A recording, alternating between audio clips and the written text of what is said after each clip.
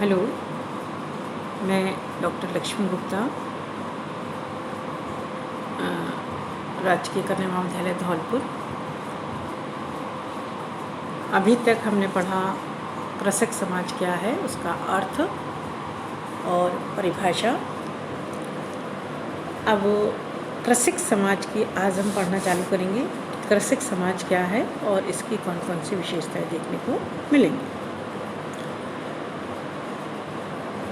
Redfield ने, कल हमने जो पढ़ा था, रेडफील्ड ने उसकी जो परिभाषा और कितने वर्गों में कृषक समाज को विभक्त किया गया है, उसके कौन कौन से तत्व देखने को मिलते हैं, आज ये जानने का प्रयास करेंगे कि रेडफील्ड ने कृषक समाज की विशेषताओं को 5 भागों में विभक्त किया है,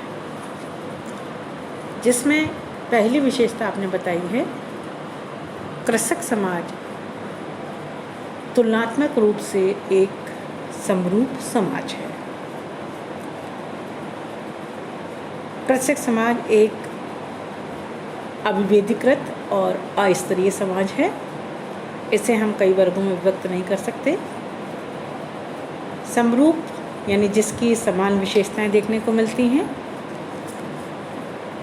कृषक समाज के सदस्य अपनी आजीविका भूमि को जोतकर एवं उस पर नियंत्रण रखकर कमाते हैं।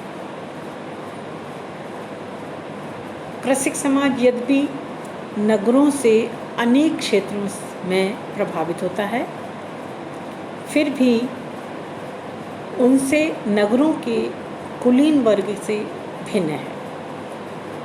उनसे के तात्पर्य नगरों के कुलीन वर्ग से बहुत भिन्न होता है। आर्थिक आधार पर कृषक समाज अन्य समाजों से भिन्नता लिए हुए होता है।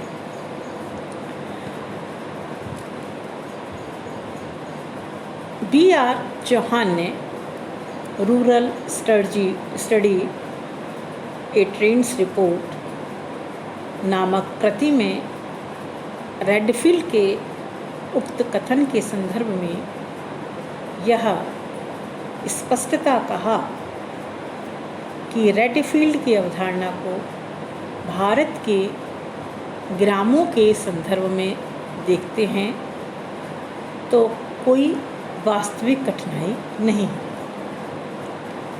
वहाँ कृषक और किसान दोनों पाए जाते हैं, किंतु यह स्थिति जो परिस्थिति को जटिल बनाने वाली है जातियों की संख्या, जिनके अपने विभिन्न प्रकार के जीवन जीने के ढंग हैं। कृषक और अकृषक दोनों के संदर्भ में ही ये पाया जाता है। कृषक समाज की विशेषताओं को शनीन ने निम्न प्रकार से विभक्त किया है, जिसमें आपने कहा है कि खेत और मौलिक इकाई। कृषक परिवार का खेत बहुआयामी सामाजिक संगठन की मौलिक इकाई है। आपके अनुसार कृषक परिवार उत्पादन और उपभोग की मौलिक इकाई है। कृषक का परिवार श्रम का संबंध प्रबंध करता है और खेत के द्वारा उसके उपभोग की आवश्यकता की पूर्ति होती है। अर्थात कृषक परिवार खेत के द्वारा अपनी संपत्ति प्राप्त करता है और खेत के द्वारा ही उसका सामाजिकरण भी होता है, क्योंकि कृषक की आर्थिक क्रियाएं और उसके पारस्परिक संबंध अन्योन्याश्रित होते हैं। उसका जीवन जीने का ढंग औद्योगिक जीवन के ढंग से भिन्नता लिए हुए होता है। दूसरी जो कृषक समाज की विशेषता डॉक्टर शनीन के द्वारा बताई गई है, वो है भूमि कृषि कर्म का प्रमुख निर्वाह साधन।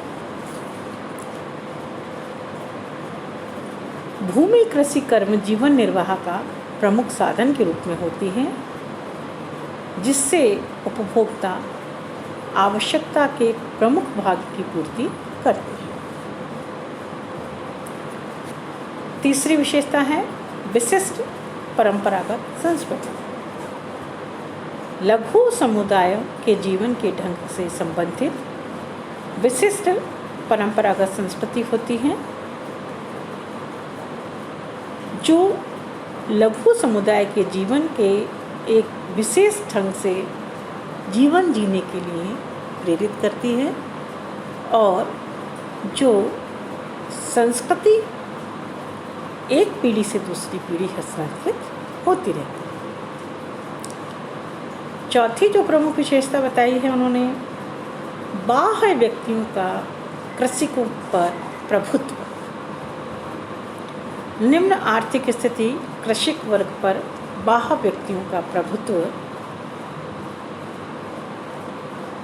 शनीन ने कृषक समाज की चौथी और प्रमुख विशेषता जो बताई है उसमें आपने कहा है कि इसकी आर्थिक स्थिति निम्न होती है और इस पर बाह्य समूह का प्रभाव स्पष्ट तौर पर देखने को मिलता है।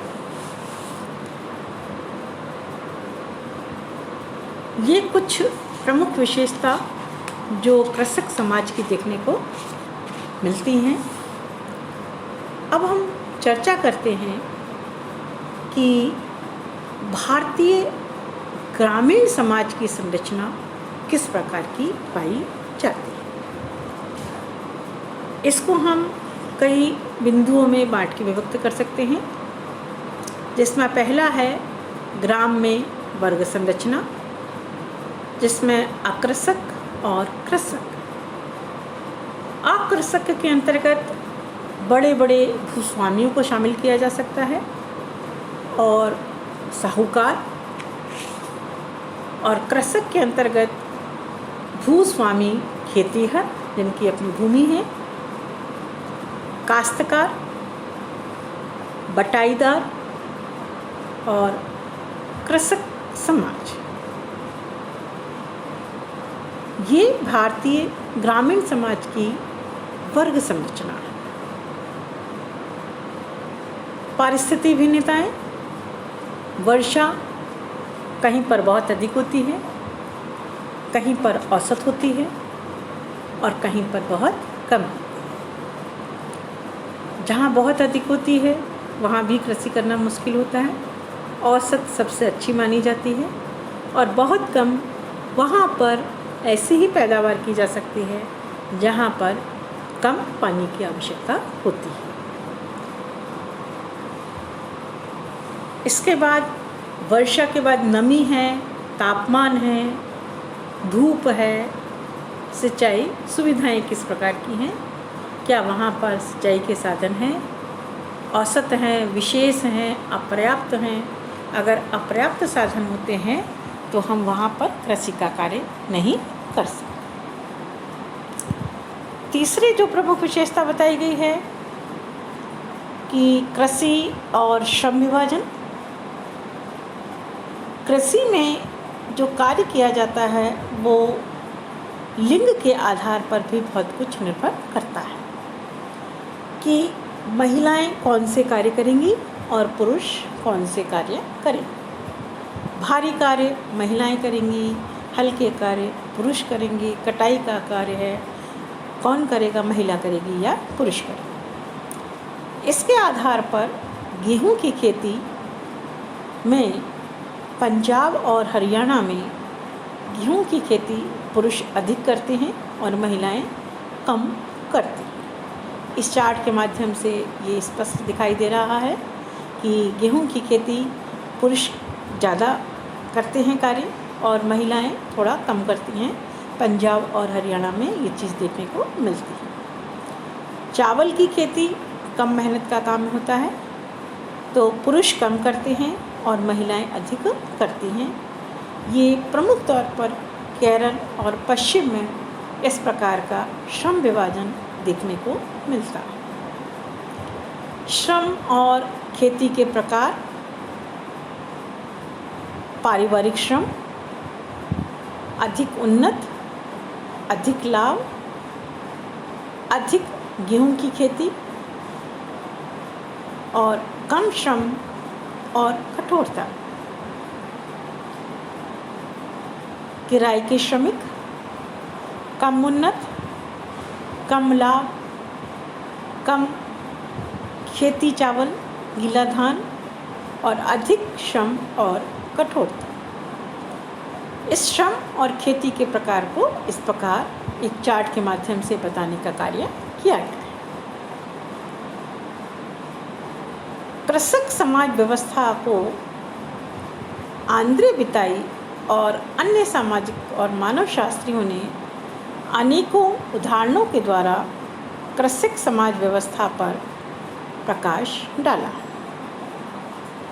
इन विद्वानों का कहना है कि ग्रामीण क्षेत्र में अधिकांशतः ग्रामीण ऐसी हैं जो कृषि से किसी न किसी तरह से जुड़ी हुई है। इसलिए ग्रामीण समाज को कृषक और अकृषक समाज में विभक्त करना तार्किक और वैज्ञानिक है। उत्पादन के सामाजिक संगठन के श्रम के आधार पर भी इसे वर्गीकृत किया जा सकता है, जैसे पारिवारिक श्रम, किराए के श्रम, किराए पर भूमि जोतना, काश्तकारी करना। ये कुछ संगठन हैं, सामाजिक संगठन हैं, जिसके सब मिलजुल कर जिस प्रकार से कार्य करते हैं। यदि हम कृषक समाज के स्तरीकरण की बात करें तो सबसे पहला आता है भूस्वामी, जिसके पास भूमि है, भूमि का मालिक है। दूसरा आता है भूस्वामी खेतिहर, जो कृषि का कार्य करते हैं। और तीसरा आता है बटाईदार, यानी जो अधबटाई पर कार्य करते हैं, ज़मीन किसी और की होती है और वो कृषि का कार्य करते हैं, और जो पैदावार होती है उसको वो आधा आधा बांटने का कार्य करते हैं। कृषि श्रमिक, जो एक श्रमिक के तौर पर या मेहनताने के तौर पर कार्य करते हैं और उत्पादन का कार्य या कृषि का कार्य करते हैं।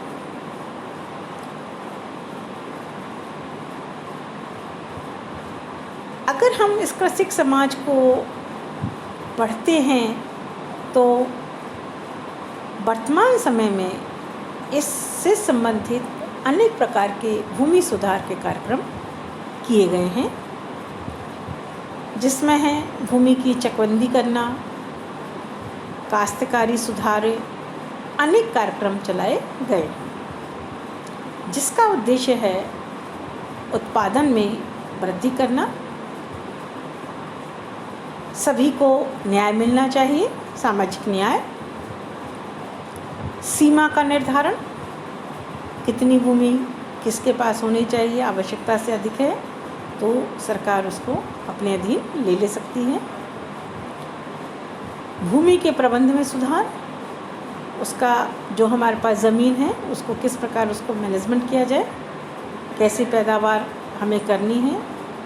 लगान नियंत्रण और सहकारी खेती, ये कुछ प्रमुख बिंदु हैं जो भूमि सुधार से संबंधित देखने को मिलते हैं। तो इस प्रकार कृषक समाज क्या है, कृषक समाज की कौन कौन सी विशेषताएं हैं, विभिन्न विचारकों ने इसे किस प्रकार विभक्त किया है, और भारतीय सामाजिक संगठन ग्रामीण कृषक समाज का किस प्रकार देखने को मिलता है, और भूमि सुधार से संबंधित कौन कौन से कार्यक्रम चलाए गए हैं या उसका उद्देश्य क्या है, इस बारे में आज हमने विस्तृत तौर पर चर्चा की है। Thank you.